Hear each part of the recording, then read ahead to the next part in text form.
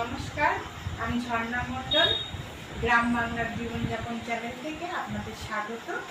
তো আমি আজকে একটা ছোট্ট কমেডি করেছি, সেটা আমি অভিনয় করে আপনাদের দেখাবো। তো গ্রামের বউরা স্বামী, ভাসুর এবং শ্বশুরদের নাম মুখে আনে না, তো তারা কীভাবে বোঝায়, হ্যাঁ, সেটাই আমি কমেডি করেছি। তো এটা যদি আপনাদের ভালো লাগে অবশ্যই কিন্তু একটা লাইক করবেন। পাশে ঘুমটাতে বউখান কিডা দাঁড়াইতে সরি যাই দিন দেখি দিন কিডা। ও মা, তোমাদের বাড়ি কনে? আমাদের বাড়ি ওই ওই সামনে দুটো চারটে বাড়ির ওই সামনে যেটা গলি গেছে না, তার পিছনের ওই দোকান বাড়ির পেছনে আমার বাড়ি। তা তোমার স্বামীর নাম কি? তো ঠেওর করতে পারতিস না, চিনতে পারতিস না ফেরাম। স্বামীর নাম কেন বলো দিন দেখি। স্বামীর নামটা বলতে পারলে, আমি তো অনেকদিনই দেখেন পুরনো লোক, তাহলে হয়তো চিনতে পারবে। আমার স্বামীর নাম আর শাশুড়ি কয় স্বামীর নামে ধরতি নেই, তাই বুঝেই করলে কত করলে তুমি বুঝবা না, তাহলে আমি বুঝেই করছি। ওই আর স্বামীর নাম হচ্ছে ওই গরুর পেছন দিক তো পড়ে, আর ওই আমরা ওই মা লক্ষ্মীর পুজো করলে ওই যা দেয় আমাদের আর কি, সেইটা ওই নীলি যোগ করলে আমার স্বামীর নাম বেড়ে যাবে। ও তা ওই বুঝতে পারিস ওই গোবরের, তো ওই গরুর পেছন দিকে তো গোবর বেরোয়, তাহলে গোবর আর ওই মা লক্ষ্মীর কাছে তো আমরা ওই ধন সম্পদ চাই, ঠাকুরের কাছে আর কি চাই মানুষ, ওই চাই, আর মা লক্ষ্মী তো তাই দেয়। তা তুমি বলতে চাও ওই সম্পদ বাদ দিতে, তাহলে সম্পদ বাদ দিলে বুঝতে পারছি ওই গোবর আর ওদিকে ধন, তাহলে গোবর ধান তোমার স্বামীর নাম, এই আর বুঝতে পারছি ওই পটলের ভাই গোবর ধান, এইবার মনে করেছে ওই ইয়ে করে ওই ছাগলের ওষুধ দেয়, ওই সেই ছেলেটা তো। শ্বশুর তো আগে চৌকি দিত, চৌকিদারের কাজ করতো, তা আগে চিনতাম, আগে এদিকে আসতাম চিনতাম, তো এখন আর এদিকে আসা পড়ে না।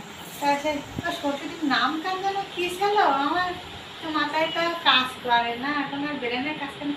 আমার সেরকম শ্বশুরের নাম যেন কি ছিল না, ওই শ্বশুরের নাম আর শারীরিক কয় ওই শ্বশুরের নামে ধরতি নেই, তা আমি বুঝে গেলে তুমি বুঝতে পারবে না। আমি বুঝি ভাদ্র মাস, আশ্বিন মাস, ওই তারপরের যে মাসটা ওইখানে আমার শ্বশুরের নাম, বুঝতে পেরেছে কি বলেছি?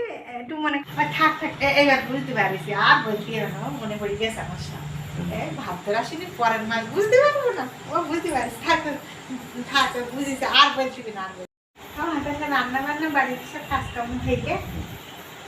হ্যাঁ, এই রান্না টান্না করি একেবারে এই দাঁড়াই উনি খেয়ে গেল দুটো, আর আমি ওই হাসতে কিনা আজকে সেরম কিছু ছিল না বাড়ি, তাই কোনো রকম একটু ওই ভাজা আর ওই আলুতে ঝোল করি, তাই চলে আসলাম কোনো রকম ভাজা আর ওই আলুতে ঝোল। আমার আমি তো বুঝতে পারছিস না আমার কী বলছিস, আসতাম তুমি তা একটু বুঝোই কাউ বুঝতে পারবা না, আর তুমি আমি বুঝতে পারি, তুমি তো নাম ধরতে পারতিস না, একটুখানি আমার হিংস দাও, আমি বুঝি নেবার না।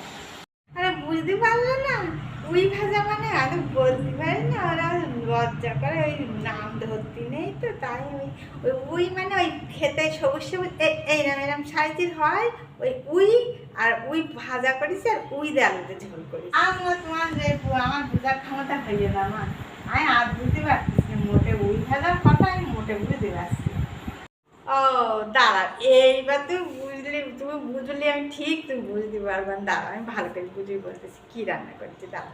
তো আমি ভালো করে একটু মন দেশো না, আমার ওই ওই ওই ভাসুর তাই ভাসুর ভাজা আর এই ভাসুরির আলুতে ঝোল করেছি।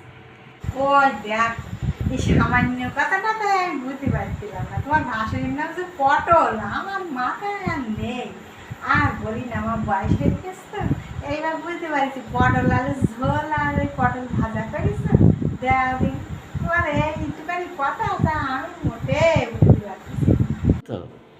হ্যাঁ হ্যাঁ এই এই ঠিক বুঝেছো, দেখছো আমি কিরকম বুঝেই বলতে পারি, আমার এই অভিজ্ঞতা হয়ে গেছে অনেকদিন তো এরকম করে লোকের সাথে ক্ষতি হয় তো, নাইলে তো আর হয় না। আমি চলতে যাই, সমাজে চলতে গেলে তো যেমন জিজ্ঞেস করে, তা আমি আর কি করবো, তা আমি বলতে বলতে আমি লোকেরা কিন্তু ভালো রকম বুঝতে পারি। তা সেই বুঝি বুঝি এখন আমি সবাই যে যা না বোঝে আমি সবাই এরকম করে বুঝতে পারি। তা এই এরকম করেই তো আমাদের জীবন কাটে বলো।